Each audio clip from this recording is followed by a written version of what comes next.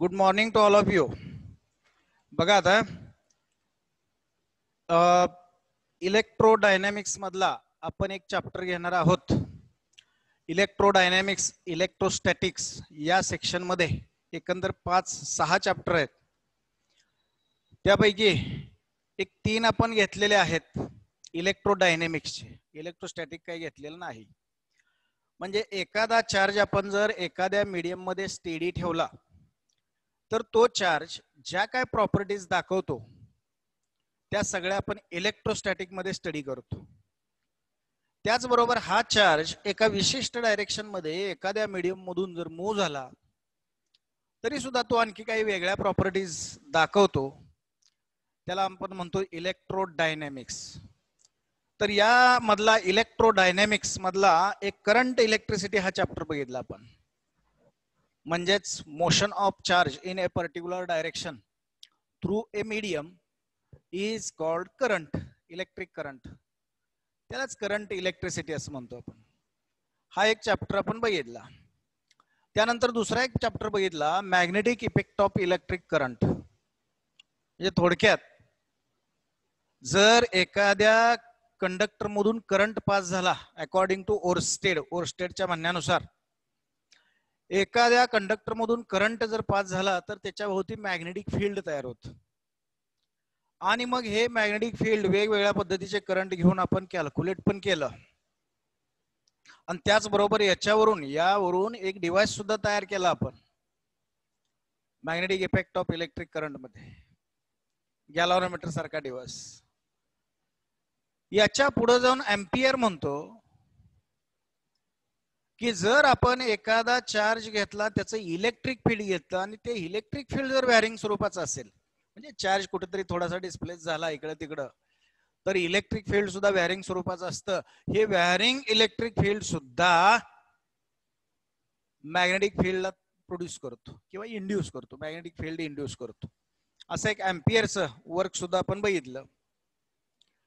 आता मग प्रश्न असा उभा राहतो, if electric current produces A magnetic field, मग फॅराडे त्याचबरोबर जोसेफ हेनरी या सायंटिस्टने असा विचार केला की मग मॅग्नेटिक फील्ड हा इलेक्ट्रिक करंटला प्रोड्यूस करू शकतो का. बर, इलेक्ट्रिक करंट प्रोड्यूस व्हायचं असेल तर आपल्याला पोटेन्शियल डिफरन्स किंवा ईएमएफ ची गरज असते. ईएमएफ किंवा पोटेन्शियल डिफरन्स, त्याला आपण व्होल्टेज म्हणतो. थोडक्यात व्होल्ट मध्ये मोजतात दोन्ही पण, म्हणून आपण त्याला व्होल्टेज म्हणतो. मग अशा पद्धतीनं इलेक्ट्रिक करंटनं मॅग्नेटिक फील्ड प्रोड्यूस होत असेल तर मॅग्नेटिक फील्ड मुळे अशा पद्धतीचं व्होल्टेज प्रोड्यूस होईल का, म्हणजेच त्या व्होल्टेज पासून करंट प्रोड्यूस होईल का, म्हणजेच मॅग्नेटिक फील्ड पासून करंट प्रोड्यूस होईल का, अशा पद्धतीनं विचार या फॅराडे आणि हेनरी जोसेफ यांनी केला. आणि मग त्यांच्या या प्रयोगांती त्यांच्या असं लक्षात आलं की मॅग्नेटिक फील्ड हा इलेक्ट्रिक करंटला इंड्यूस करू शकतो, प्रोड्यूस करू शकतो, पण ते मॅग्नेटिक फील्ड हे कॉन्स्टंट स्वरूपाचं नसावं, म्हणजेच ते व्हॅरिंग स्वरूपाचं असावं. कशा स्वरूपाचं असावं? व्हॅरिंग स्वरूपाचं. आणि मग अशा पद्धतीनं varying magnetic field if associate with any conducting material, then EMF म्हणजेच इलेक्ट्रोमोटिव्ह फोर्स म्हणजेच voltage, and so that current is induces in that conductor, त्या कंडक्टर मध्ये इंड्यूस होऊ शकतं. आणि मग या इफेक्टलाच म्हणायचं इलेक्ट्रोमॅग्नेटिक इंडक्शन. Magnetic induction.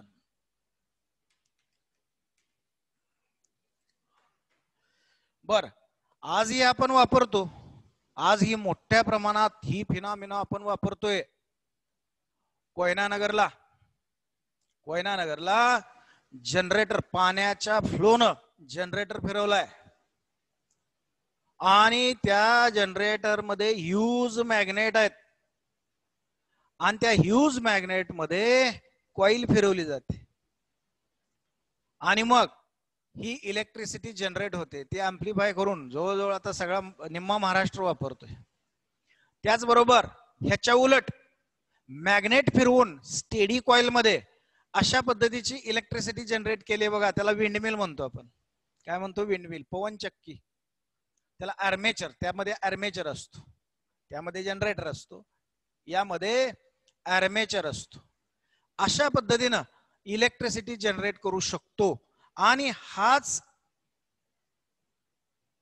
हेच इन्व्हेन्शन फॅराडे आणि हेनरी जोसेफ या दोघांनी स्वतःचं वर्क हे एकाच काळामध्ये केल्यामुळे दोघांचं नाव घेतोय.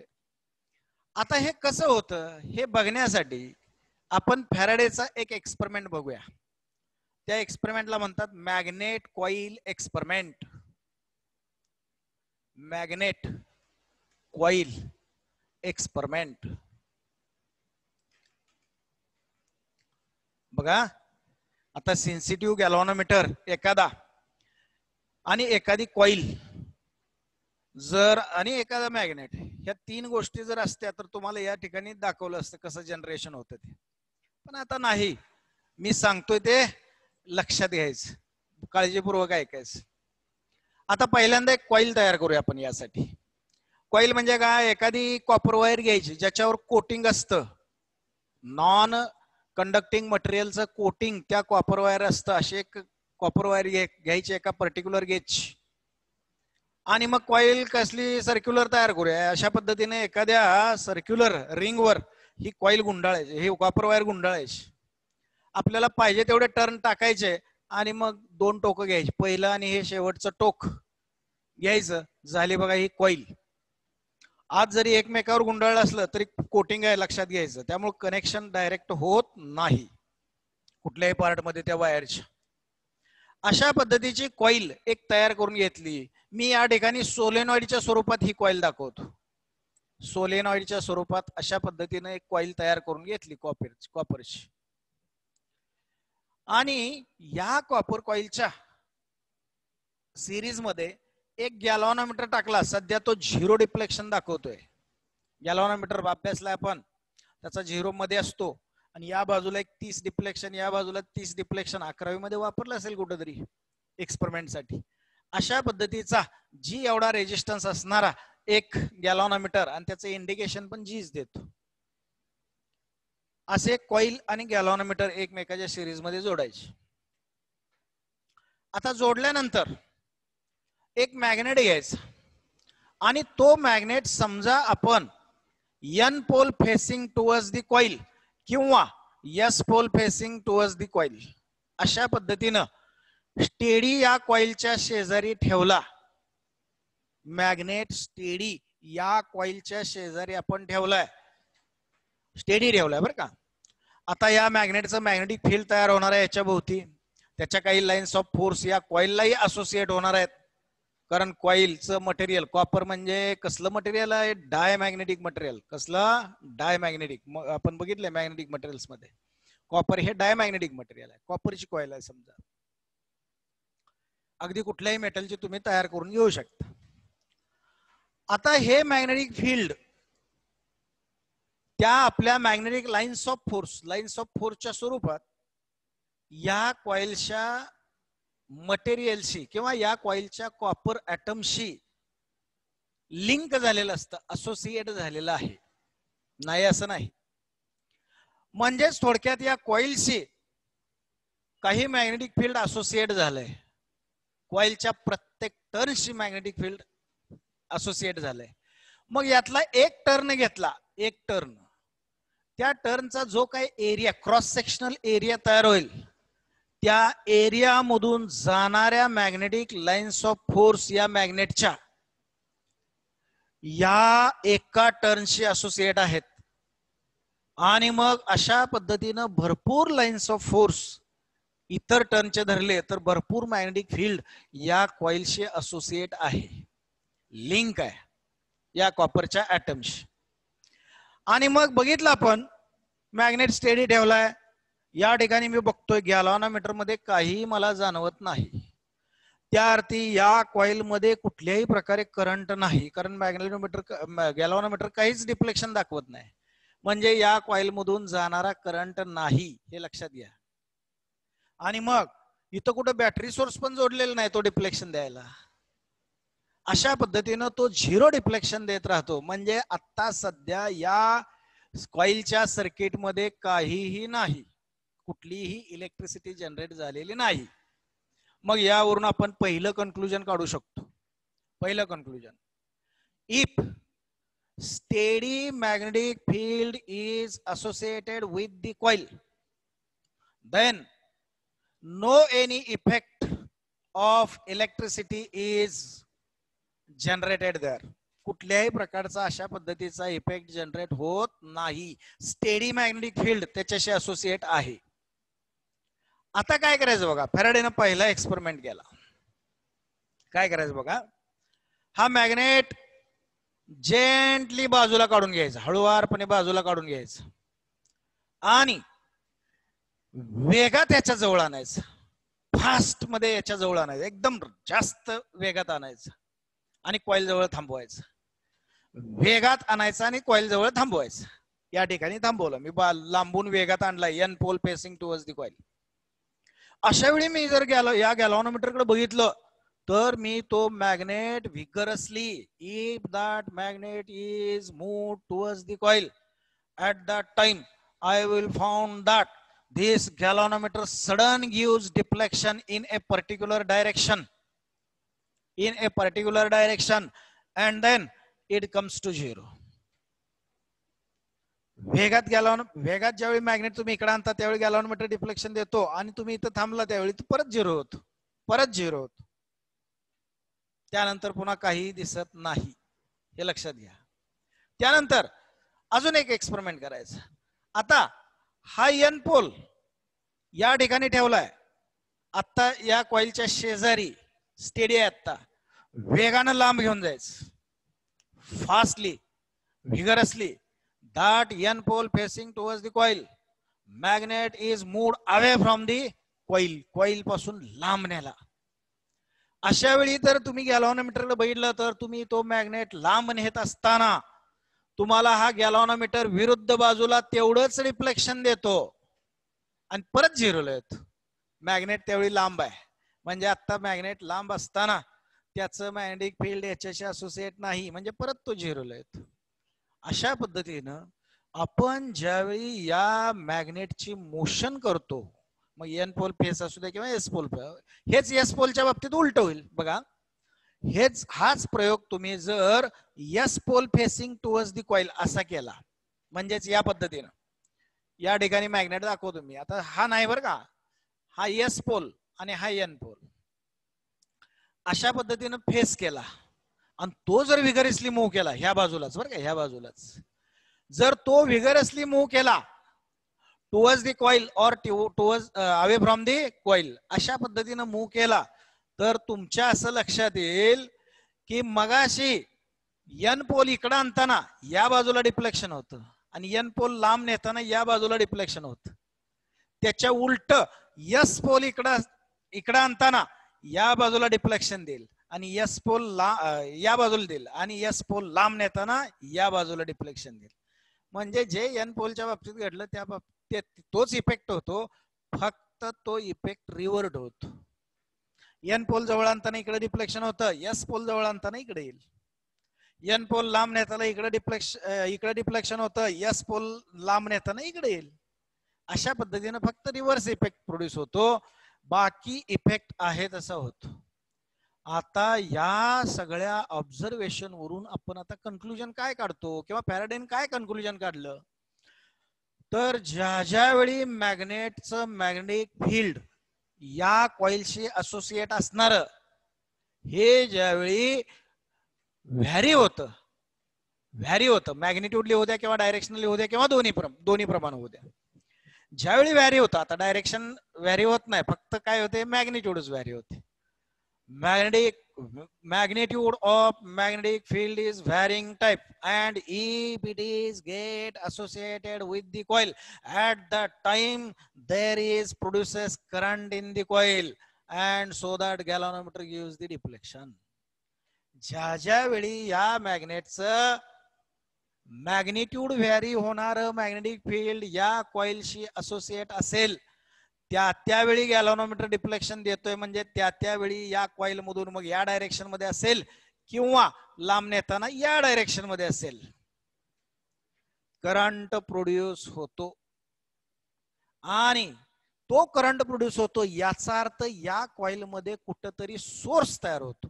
करंट कधी मिळतो? आपल्याला पोटेन्शियल डिफरन्स म्हणजे सेल मध्ये पोटेन्शियल डिफरन्स आहे तो सेल आपण जर जोडला तर एखाद्या रेजिस्टन्स मधून करंट प्रोड्यूस होतो. बरोबर. किंवा आपल्या घरामध्ये एसी सोर्स आहे. हा एसी सोर्स पाठीमागून पोटेन्शियल म्हणजे ईएमएफ असेल तरच आपल्याला पुढे करंट मिळतो अन्यथा करंट मिळत नाही. म्हणजेच कुठंतरी या कॉइल मध्ये ईएमएफ जनरेट होतोय. ईएमएफ जनरेट होतो आणि तो ईएमएफ या करंटला प्रोड्यूस करतो. तो या करंटला प्रोड्यूस होतो. म्हणजे थोडक्यात ज्या वेळी व्हॅरिंग मॅग्नेटिक फ्लक्स आता मॅग्नेटिक फ्लक्स म्हणतो. आता मॅग्नेटिक फ्लक्स म्हणजे काय?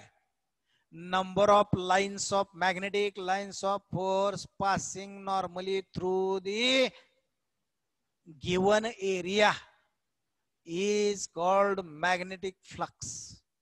म्हणजे या कॉइलच्या एरिया मधून क्रॉस सेक्शनल एरिया रे असा एका टर्नचा एरिया मधून जाणाऱ्या नंबर म्हणजे परपेंडिक्युलर जाणाऱ्या number of lines of force त्याला म्हणतोय आपण मॅग्नेटिक फ्लक्स.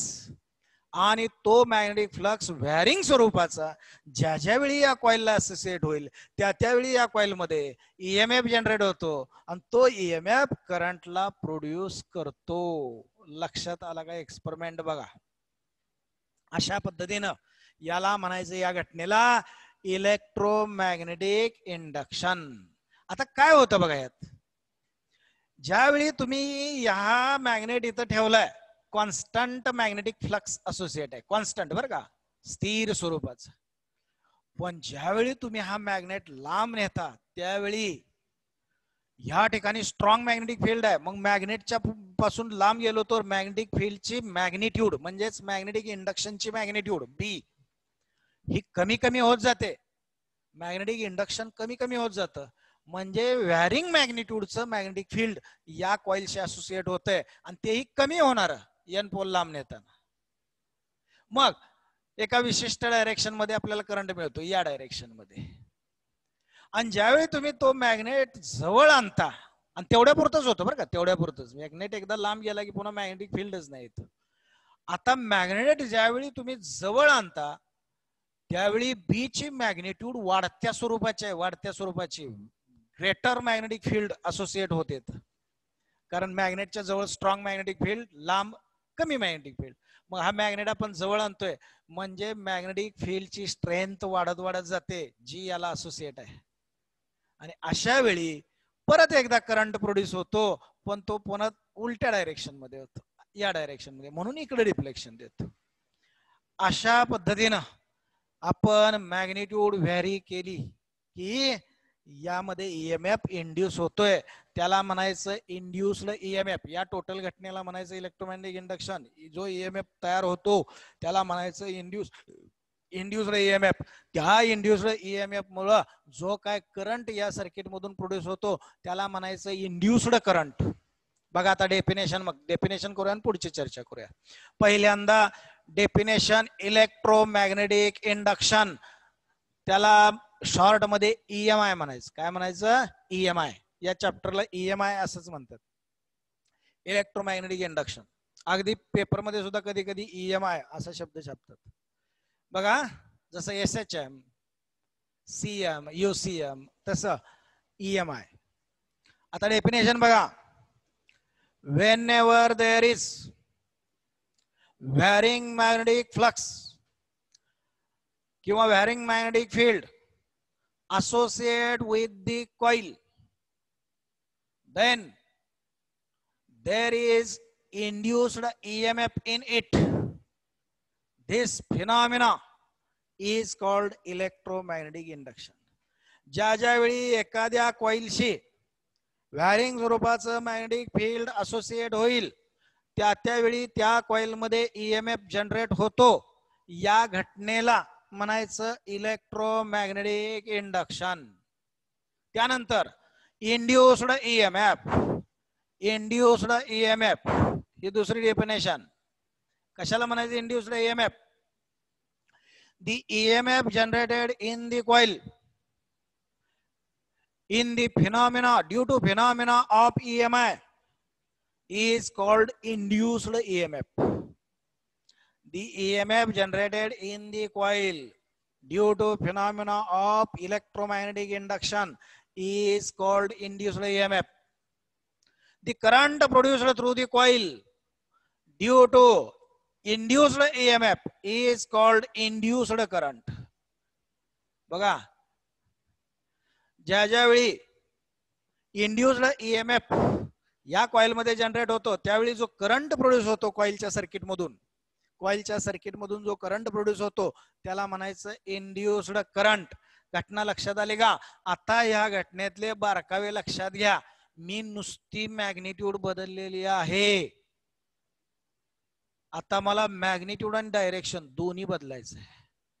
मग मी काय करणार बघा, या कॉइलच्या शेजारी मॅग्नेट ठेवलाय, याला टांगूया इथं, रिजिड सपोर्टला टांगून ठेवला आणि आता फिरवायचं आहे, मॅग्नेट फिरवायचं किंवा कॉइल तरी फिरवा. बघा, हाच इफेक्ट तुम्ही मॅग्नेट लांब जवळ न नेता मॅग्नेट तिथंच ठेवला आणि कॉइल लांब जवळ नेली तरी सुद्धा होऊ शकतो बरं का. मागे एकदा तुम्हाला सांगितलंय की घोड्याला पाणी प्यायचंय, मग नदीतून बादली भरून घोड्याच्या समोर ठेवा किंवा घोड्याला सोडून नदीपर्यंत न्या, शेवटी फिनॉमिना एकच, घोडा पाणी पिला. आलं लक्षात? अशा पद्धतीनं दोन्हीला लागू आहे बरं का. आता आपण काय करायचं बघा, मला मॅग्निट्यूड आणि डायरेक्शन दोन्ही बदलायचं आहे. मग मी हा मॅग्नेट इथल्या इथं असा फिरवला, अशा पद्धतीनं रोटेट केला. विगरसली करायचं बरं का, रेट ज्यादा पाहिजे, मॅग्नेटिक फील्डच्या चेंजचा रेट जास्त पाहिजे. अशा पद्धतीनं हा मॅग्नेट मी इथल्या इथं फिरवला तर काय होतंय बघा, सुरुवातीला या कॉइलच्या या फेसला ए फेस म्हणतो आणि या फेसला बी फेस म्हणतो. इकडचा फेस कॉइलचा आणि इकडचा फेस. अशा पद्धतीनं आता सध्या एन मधून जाणाऱ्या लाईन्स ऑफ फोर्स ए मधून एंटर होत आहेत आणि बी मधून लिव्ह होत आहेत आणि भरपूर नॉर्मली स्ट्रॉंग मॅग्नेटिक फील्ड त्या कॉइलशी असोसिएट आहे.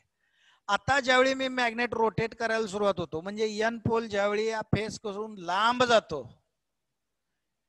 त्यावेळी मॅग्नेटिक लाईन्स ऑफ फोर्स याला असोसिएट असणाऱ्या या फेस मधून परपेंडिक्युलर जाणाऱ्या कमी कमी कमी कमी होत जातात.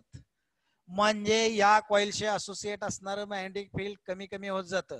ज्यावेळी मॅग्नेट आडवा होतो बघा, ज्यावेळी मॅग्नेट आडवा होतो त्यावेळी इकडे लाईन्स ऑफ फोर्सच नाहीत. या कॉइलच्या एरिया मधून परपेंडिक्युलर जाणाऱ्या मॅग्नेटिक लाईन्स ऑफ फोर्सच नाहीत, म्हणजे zero magnetic field associated with the coil. बघा मॅग्नेट्यूड बदलली का नाही, झिरो झाली. आता परत आणखी पुढे रोटेट केला म्हणजे आता एस पोल इकडे यायला लागला. मग एस पोलच्या मॅग्नेटिक लाईन्स ऑफ फोर्स याला असोसिएट होत होत होत होत येणार आणि ज्यावेळी आता एस पोल फेस करेल, बघा आता एस पोल इकडे आहे, त्यावेळी मॅग्नेटिक लाईन्स ऑफ फोर्स उलटे आहेत, परपेंडिक्युलर आहेत, मान्य आहेत, भरपूर आहेत, पण उलट्या डायरेक्शन म्हणजे बी मधून आत येणाऱ्या, कारण ह्याच्या मॅग्नेटिक लाईन्स ऑफ फोर्स आत येणारे असतात. म्हणजे आता मॅग्नेटिक फील्ड जे असोसिएट आहे मॅग्नेटचं या कॉइलशी, त्याचे मॅग्नेटिक लाईन्स ऑफ फोर्स बी मधून आत येणाऱ्या आणि ए मधून बाहेर जाणारे आहेत, म्हणजे मगाच्या उलट्या आहेत. म्हणजे डायरेक्शन सुद्धा मी बदलली मॅग्नेटिक फील्डची, नुसती मॅग्निट्यूड नाही आहे, आता मॅग्निट्यूड मॅक्झिमम आहे पण उलट्या स्वरूपात आहे. पुन्हा परत मॅग्नेट एस पोल लांब जायला लागला, परत मॅग्नेट आडवा झाला, पुन्हा zero magnetic field is associate. अशा पद्धतीनं मी जर मॅग्नेट रोटेट केला तर नुसती मॅग्निट्यूडच किती वेळा होते बघा, मॅक्झिमम झिरो, मॅक्झिमम झिरो. एवढ्या वेळा मॅग्निट्यूड बदलली आणि नुसती मॅग्निट्यूड बदलली 4 वेळा, झिरो मॅक्झिमम झिरो मॅक्झिमम. परंतु डायरेक्शन मात्र एक वेळा बदलली.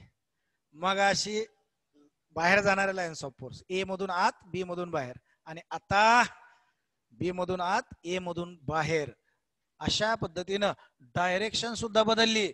असा जर तुम्ही कंटिन्युअस मॅग्नेट फिरवत गेला, म्हणजेच continuously, if you change the direction as well as magnitude of the magnetic field associated with the coil, at that time you will observe that this galvanometer continuously gives deflection about the mean position, about the zero. बघा, continuously अशा पद्धतीने तो deflection देतो, continuous जोपर्यंत magnet फिरतोय तोपर्यंत. आणि त्याच फ्रिक्वेन्सीनं जेवढी मॅग्नेट जर वेगात फिरत असेल, फ्रिक्वेन्सी जास्त असेल, तेवढं वेगात हा ऑसिलेट होत. जेवढा मॅग्नेट स्लो फिरत असेल तर स्लो ऑसिलेट होत. अशा पद्धतीनं तुम्हाला कॉइल मध्ये कंटिन्युअस करंट जनरेट करता येतो, म्हणजे कंटिन्युअस ईएमएफ सुद्धा जनरेट होतो. एक्सपेरिमेंट लक्षात आला का बघा. आता फॅरेडेनं अजून एक एक्सपेरिमेंट दिलाय बघा, अजून एक एक्सपेरिमेंट फॅरेडेने दिला. त्याला फॅरेडेचा डबल कॉइल एक्सपेरिमेंट म्हणतात. बघा, double coil experiment, double coil experiment. बघा, आता मी काय करतो, एक कॉइल घेतो, अशा पद्धतीने ठेवतो उभी, किंवा सर्क्युलरच घेऊया, सर्क्युलर कॉइल घेऊया. मग अशा आपण सोलेनॉइड घेतला, आता जरा काय करतो, अशा पद्धतीने सर्क्युलर कॉइल घेतो. हे बघा, भरपूर टर्न टाकलेत आणि मग राहिलेला एक इकडे घेतला. बघा, हा पहिला एंड वायरचा, हा दुसरा एंड, आणि इथं एका सर्क्युलर याच्यावर मी वाइंडिंग टाकलेत.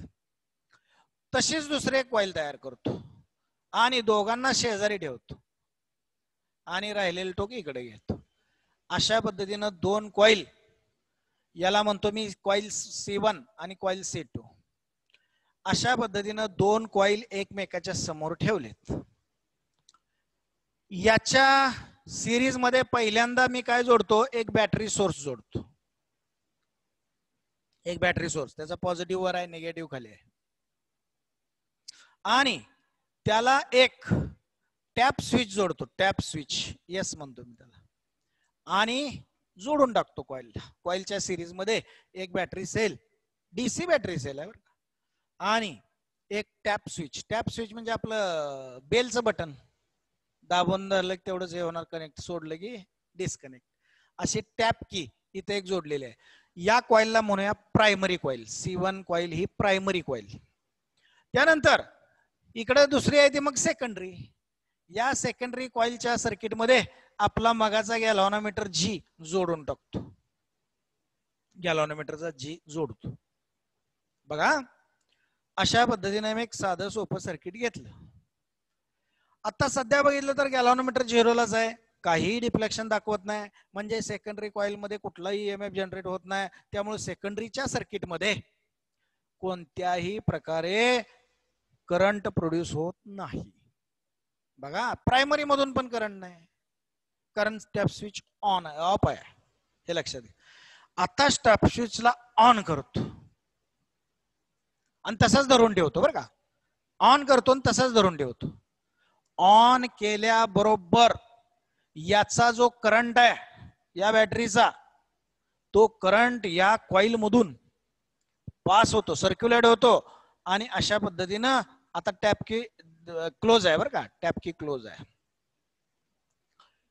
त्या क्षणाला मी जर इकडे बघितलं तर मला ऑब्झर्वेशन असं दिसतं की हा गॅल्व्हनोमीटर डिफ्लेक्शन देतोय आणि लगेच 0 होत. गॅल्व्हनोमीटर डिफ्लेक्शन देतो आणि लगेच 0 होत, डिफ्लेक्शन देतो. म्हणजे डिफ्लेक्शन दिलं तेवढ्या वेळापुरता करंट एका विशिष्ट डायरेक्शन मध्ये, समजा ह्या डायरेक्शन मध्ये असेल, या डायरेक्शन मध्ये हा करंट प्रोड्यूस झाला या गॅल्व्हनोमीटर मधून, आणि तेवढ्या वेळात गॅल्व्हनोमीटरनं डिफ्लेक्शन दिलं आणि पुन्हा 0 झाला. तेवढ्या वेळापुरताच करंट बरं का, कंटिन्युअस नाही करंट. म्हणजे ह्यात जनरेट होणारा ईएमएफ तेवढ्या वेळापुरताच झाला. आता पुन्हा बघितलं तर मी टॅप करून धरलं, ह्याच्यातून करंट जातोय, पण गॅल्व्हनोमीटर काय डिफ्लेक्शन देत नाही, परत तो 0ला आलाय, तो 0लाच आहे.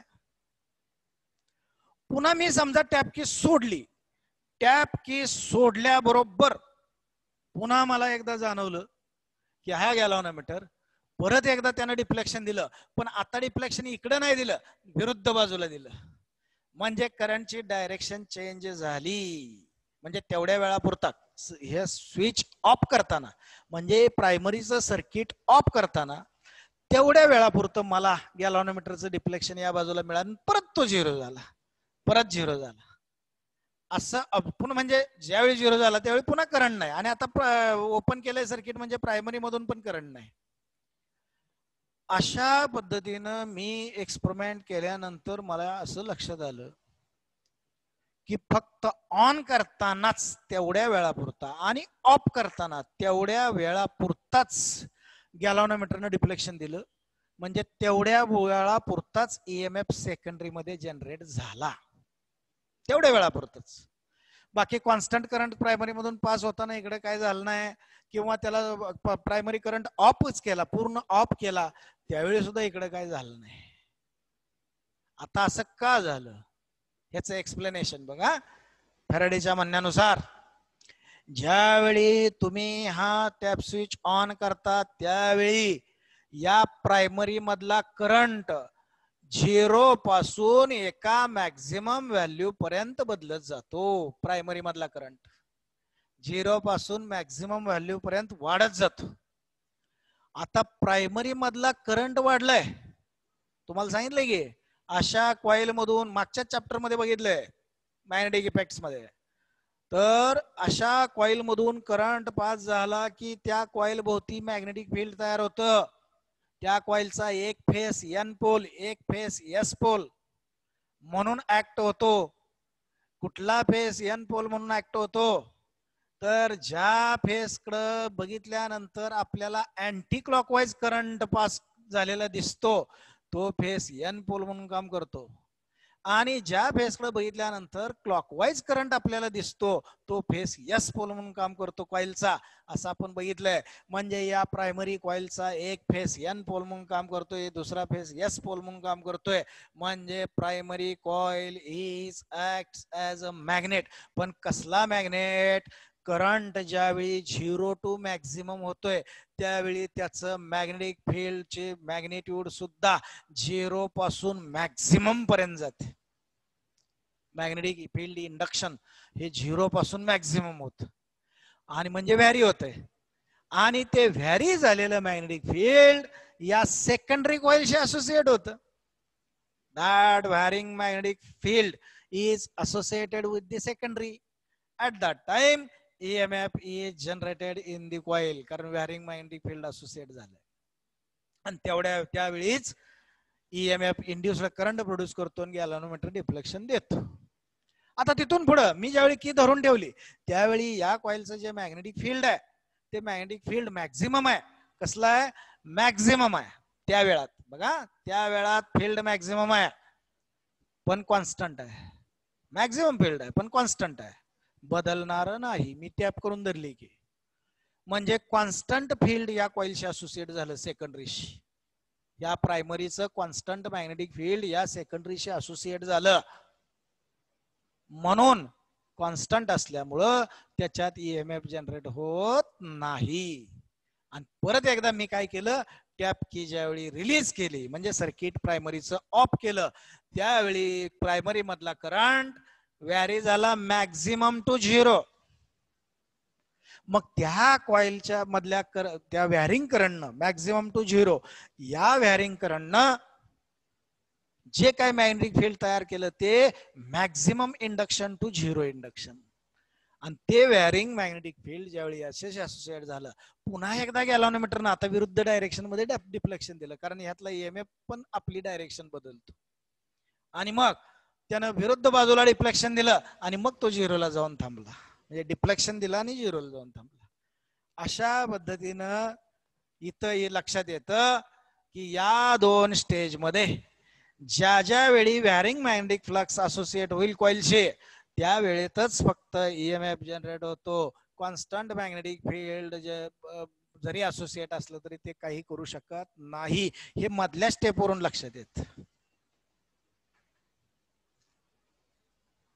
लक्षात आला असेल एक्सपेरिमेंट असं मला वाटतंय.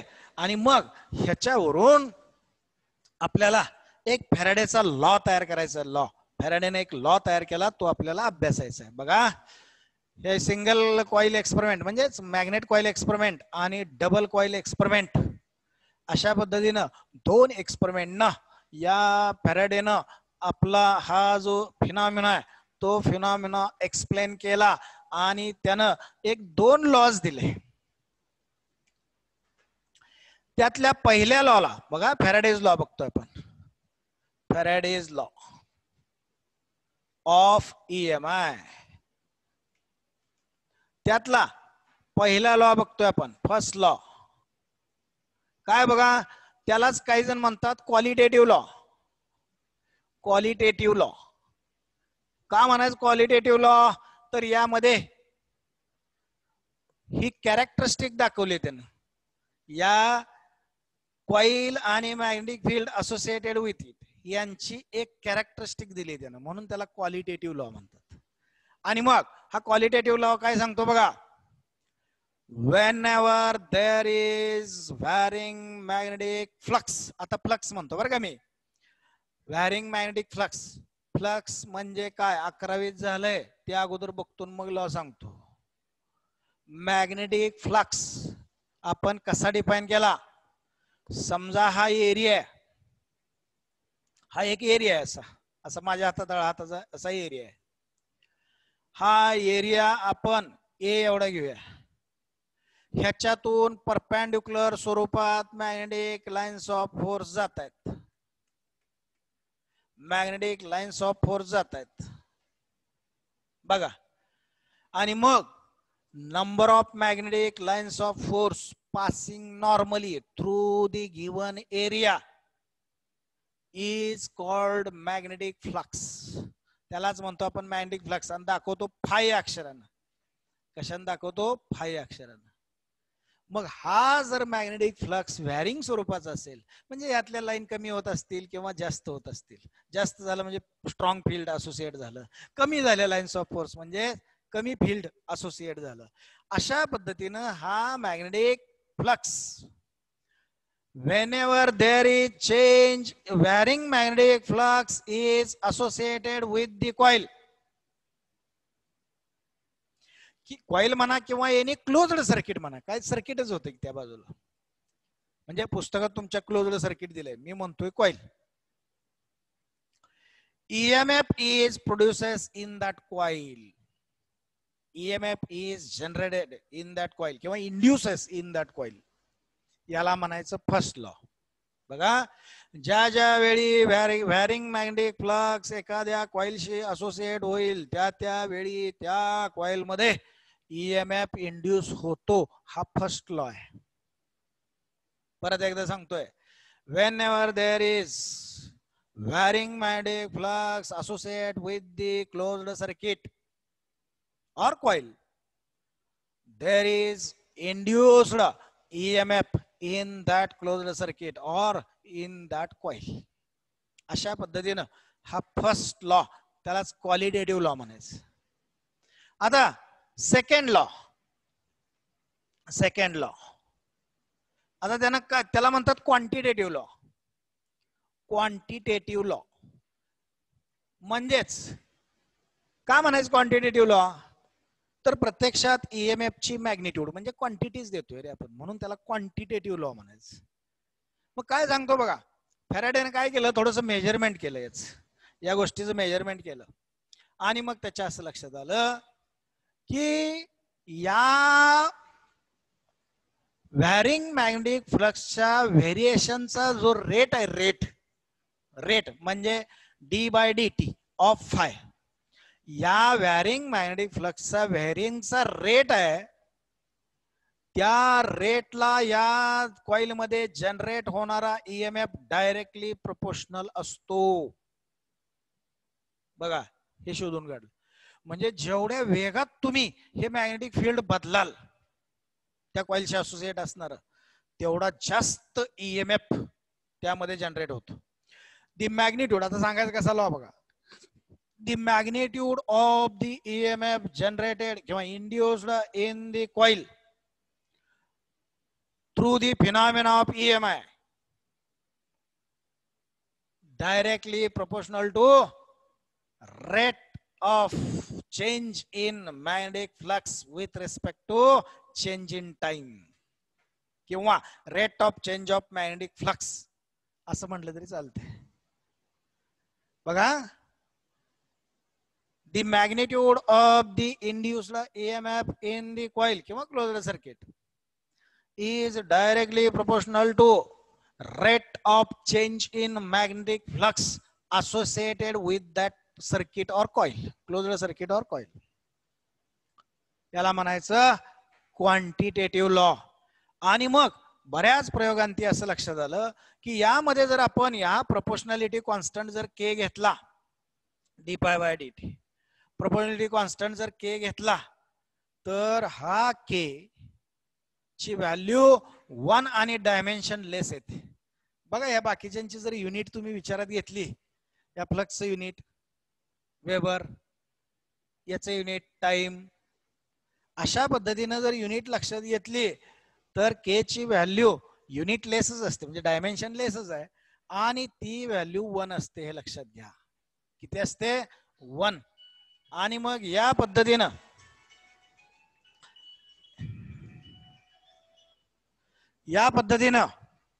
के हा डायमेन्शन लेस आणि 1 असतो. म्हणजेच फॅराडेचा लॉ झाला E equal to D phi by D T. अशा पद्धतीनं हा फॅराडेचा लॉ झाला. बघा, लक्षात आलं? के ची व्हॅल्यू डायमेन्शन लेस आणि 1 त्यांनी ते शोधून काढले. आता त्यामध्येच आणखी असं दिलंय, समजा त्या कॉइलच्या एकूण कॉइलशी असोसिएट होणारा फ्लक्स फाय आहे. बघा, तो व्हॅरिंग जो फ्लक्स आहे मॅग्नेटिक फ्लक्स, तो सगळ्या कॉइलशी असोसिएट झालेला फाय आहे. समजा त्या कॉइल मध्ये एन एवढे टर्न्स आहेत, नंबर ऑफ टर्न्स एन आहेत. बघा, मी ती कॉइल तयार करताना एन एवढे टर्न टाकलेत त्या कॉइल मध्ये, आणि त्यातल्या एका टर्नशी मी जर असोसिएट असणारा फ्लक्स घेतला, तो जर फाय डॅश असेल, फाय डॅश घेतोय. बघा, हाच लॉ रे, फक्त थोड्याशा वेगळ्या पद्धतीने म्हणतोय. एका कॉइलशी असोसिएट असणारा, एका टर्नशी असोसिएट असणारा फ्लक्स जर फाय डॅश असेल तर एकूण कॉइलशी असोसिएट होणारा फ्लक्स किती झाला? बघा, म्हणजे फाय ची व्हॅल्यू झाली एन फाय डॅश. एका टर्न बरोबर फाय डॅश एवढा फ्लक्स असोसिएट आहे, तर एन एवढ्या टर्नशी किती? तर एन फाय डॅश. म्हणजे त्यालाच म्हणतोय आपण total flux associated with the coil, सगळ्याच कॉइल बरोबर असोसिएट असणारा. आणि मग तुम्हाला एका टर्नशी असोसिएट असणाऱ्या फ्लक्स मध्ये आपल्याला हा ईएमएफ म्हणजे फॅराडेचा लॉ लिहिता येईल. बघा, E equal to d by D t of n phi dash. दिसतंय का? बघा पलीकडे, बरं का, एन फाय डॅश दिसतंय. एन फाय डॅश, त्यातला एन म्हणजे नंबर ऑफ टर्न्स, तो कॉन्स्टंट आहे, काढूया त्याला डेरिव्हेटिव्हच्या बाहेर. म्हणजेच E equal to n into d phi dash upon d t, असा सुद्धा लॉ तुम्हाला लिहिता येईल. हे एकच आहे, हे वेगळं नाही. अशा पद्धतीनं एका टर्नशी किती फ्लक्स असोसिएटेड आहे या स्वरूपात सुद्धा आपण अशा पद्धतीनं हा फॅराडेचा लॉ लिहू शकतो.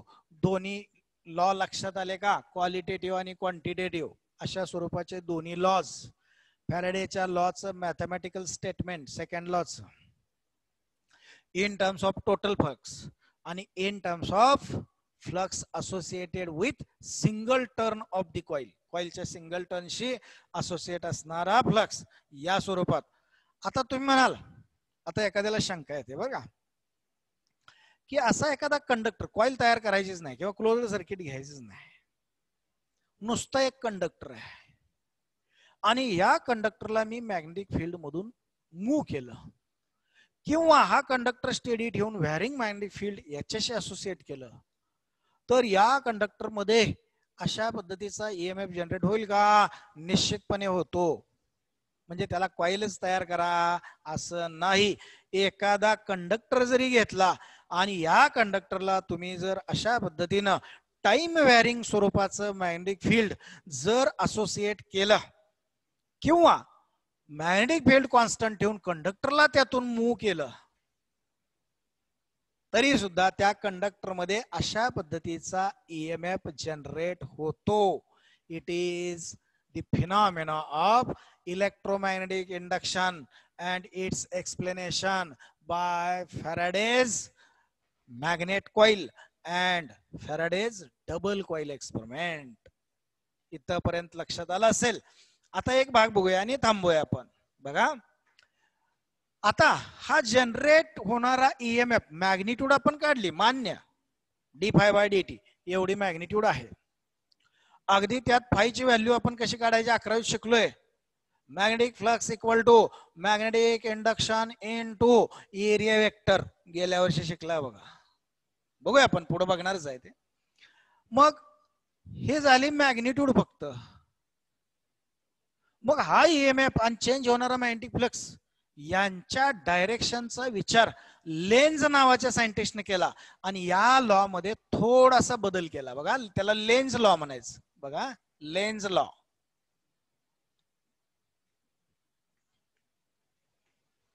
Lenz law. आता लेन्झनं काय केलं बघा. लेन्झनं असं दाखवून दिलं, समजा इथं कॉईल आहे. बघा ही कॉईल आहे, इथं गॅल्व्हॅनोमीटर वगैरे जोडलाय.